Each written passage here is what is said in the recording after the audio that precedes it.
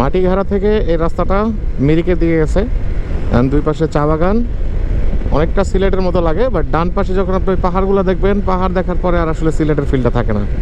মানে এই রাস্তাটা এত চমৎকার যে এই রাস্তা আসলে মানে বাইকটা নিয়ে খুব স্লো স্পিডে চালাইতে ইচ্ছা করতেছে। রাস্তার দুই পাশে সৌন্দর্য দেখলেই ভালো লাগতেছে। তো চমৎকার একটা রাস্তার মধ্যে আমরা সকাল সকাল রাইড শুরু করছি। অ্যান্ড আজকে আমাদের ফার্স্ট ডেস্টিনেশন মিরিক। দেন আমরা মিরিক থেকে সামনে আরও ইয়ের দিকে মুভ করবো, পশুপতিনগর, নেপাল এবং ইন্ডিয়ার বর্ডারটা হয়ে দার্জিলিংয়ের দিকে যাব। তো এই রাস্তাটা এখন পর্যন্ত আমরা সমতলেই আছি, সামনে থেকেই হয়তো পাহাড়ি রাস্তা শুরু হবে। অ্যান্ড দুই পাশের বন জঙ্গল দেখলেই একটা অন্যরকম একটা ফিল হচ্ছে। এটা আসলে বলা সম্ভব না যে কেমন লাগতেছে আমাদের কাছে রাইড করে। কারণ আমার পিছনে যারা কো রাইডার তারাও কিন্তু খুবই চমৎকারভাবে রাইড করতেছে।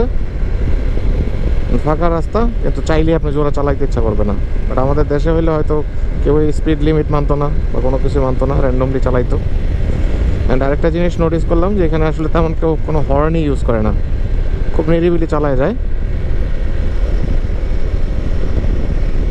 তো যাচ্ছি মিরিকের দিকে। মিরিক গিয়ে আপনাদের সাথে আবার এই রাস্তার মধ্যে যদি আরও কোনো সৌন্দর্যপূর্ণ স্পট থাকে আমি অবশ্যই আপনাদের সাথে শেয়ার করবো।